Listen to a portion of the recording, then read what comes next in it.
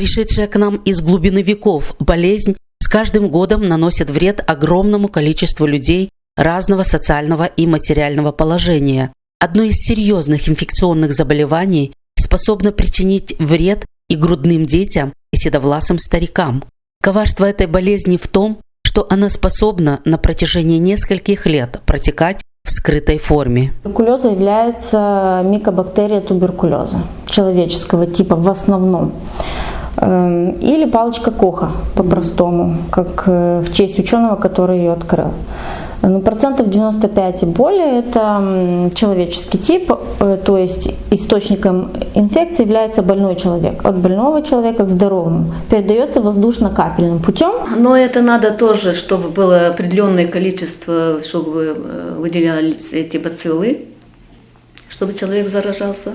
И как организм справится того человека. Если организм здоровый, хорошее питание, хороший уход, то этот человек может и не заболеть. Заболевание туберкулезом в древности называли чахоткой, от слова «чахнуть». Организм больного был сильно истощен.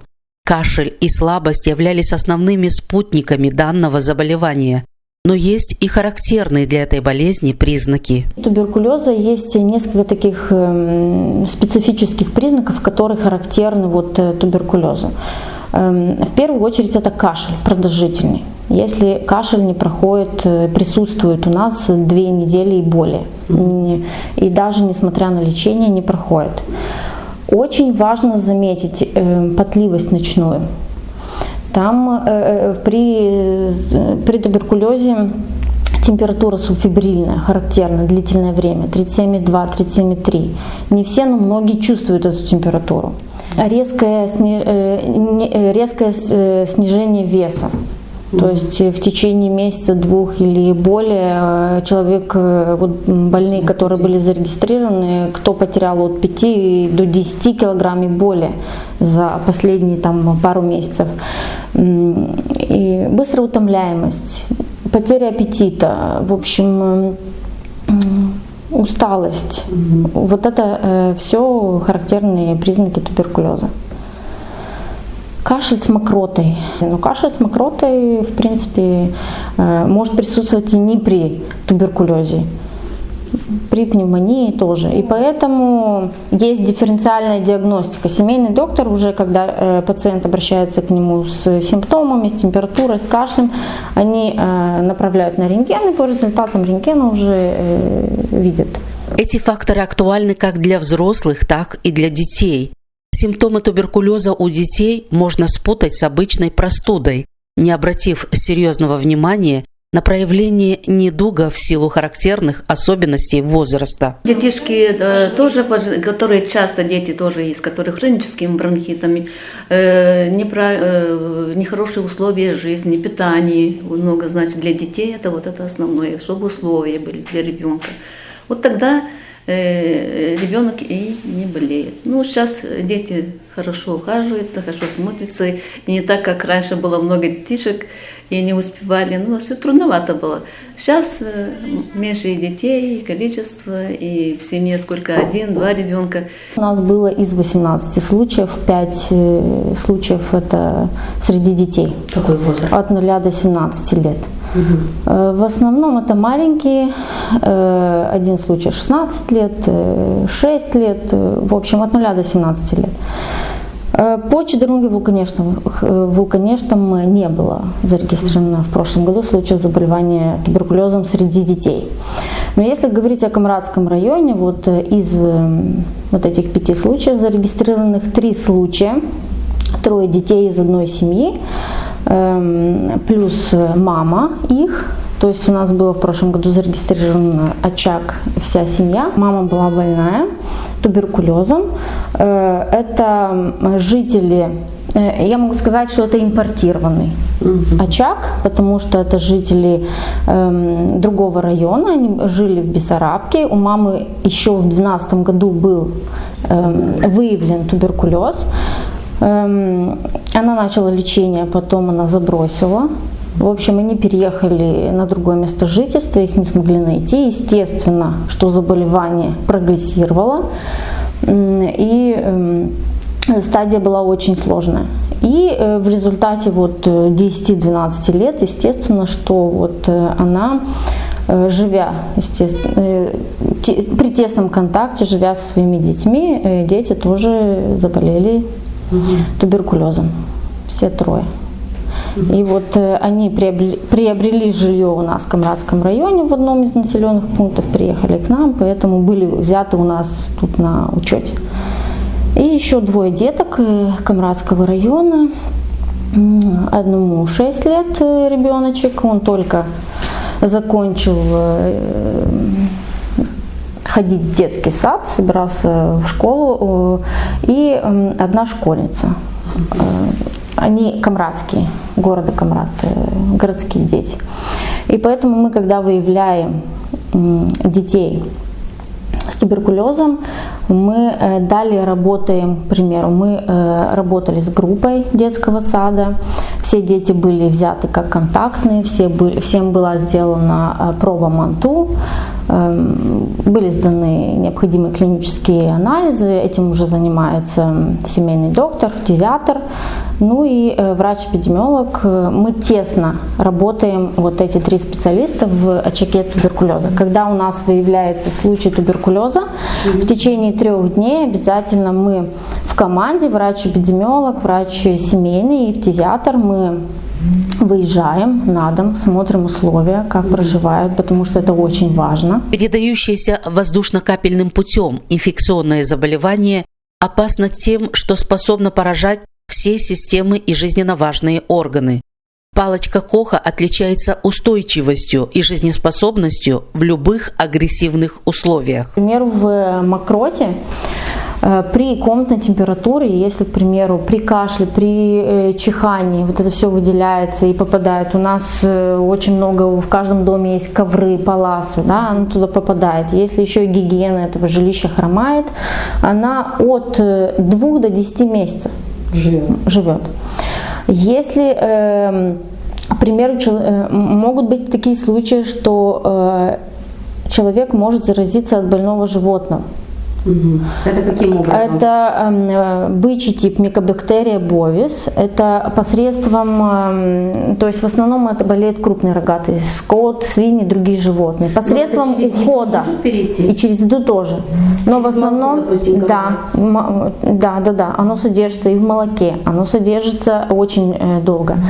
В масле до 10 месяцев, если попало больное и плохо было обработанное, то есть молоко, она сохранилась, то есть попала в масло. В масле до 10 месяцев, в сыре до 8 месяцев. Да. То есть посредством потребления этих продуктов нездоровых, да, зараженных микобактерий, посредством ухода, заботы за животными. Всегда и для профилактики и контроля любого инфекционного и даже неинфекционного заболевания есть такое понятие, как здоровый дом. Вот в доме, в котором мы живем и проводим наибольшее время своей жизни, он должен соответствовать. Он должен быть и теплым, и чистым, и светлым. То есть есть и микроклимат, та же вентиляция, вода в доме, все это очень важно. И я могу сказать, что в большинстве случаев, вот, куда мы ходили в очаги туберкулеза, вот в дома, где живут больные, там условия, конечно, оставляют желать лучшего. В основном большая часть это дома такого старого типа, где вот, вы, наверное, тоже знаете, вот заходишь в коридор, из него 2 комнаты, и вот очень многие больные вот живут именно в этом коридоре, где нет окна, где очень трудно проветрить и нет света. Если говорить о микобактерии туберкулеза, она очень чувствительна к солнечной радиации. И именно солнечный свет ее способен убить в течение 5-10 минут. Это очень важно. Детям еще в роддоме вводится вакцина БЦЖ. Это является необходимой мерой первичной профилактики, которая значительно снижает риск заболевания тяжелой формой туберкулеза. Это очень важно, потому что это делается иммунитет ребенку на всю жизнь.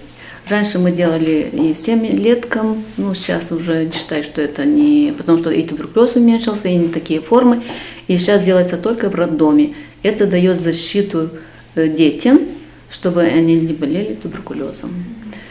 Потому что без этой прививки раньше болело очень много детей. Очень много детей, тяжелейшие формы обычно у детишек. И было поражение костей, коксита, если видели таких детей, которые раньше хромали, вот это остатки туберкулеза, позвоночник был типа горба, вот это все давал туберкулез.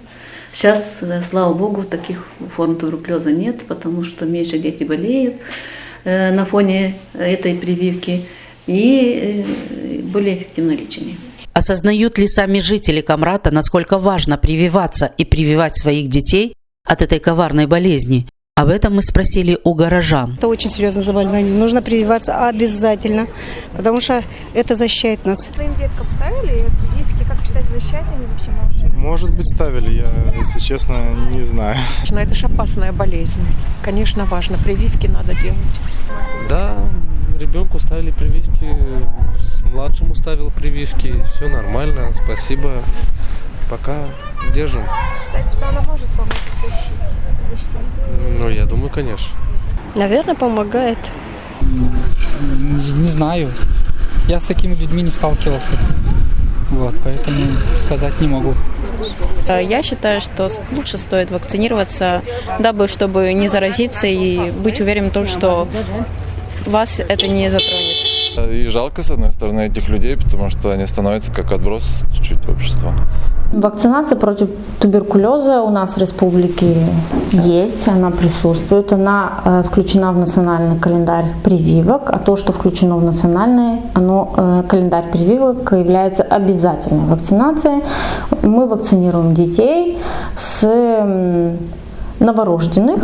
Вакцинация против туберкулеза на 3-5 день проводится.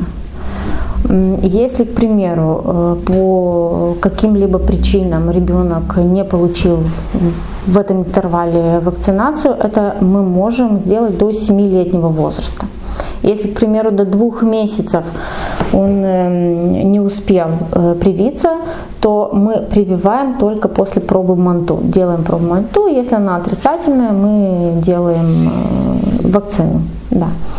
И даже если дети более старшего возраста, после года, после 2, даже и после 5 лет, до 7 в принципе, принцип такой же. Делаем пробу МАНТО, если она отрицательная, вакцинируем ребенка. Современная медицина обладает новейшими средствами предупреждения и лечения туберкулеза, чтобы избежать обострения и осложнения болезни и ускорить выздоровление. Нужно строго выполнять на производстве и дома все советы лечащих врачей. Если нас что-то беспокоит, и мы заметили, что у нас присутствуют похожие, может быть, это даже не туберкулез, но для того, чтобы исключить и успокоить себя, нужно немедленно обратиться к семейному доктору.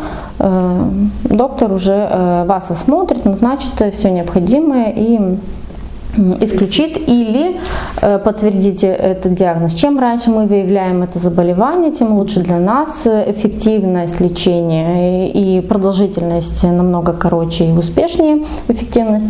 Поэтому это очень важно. И очень важно для тех семей, в которых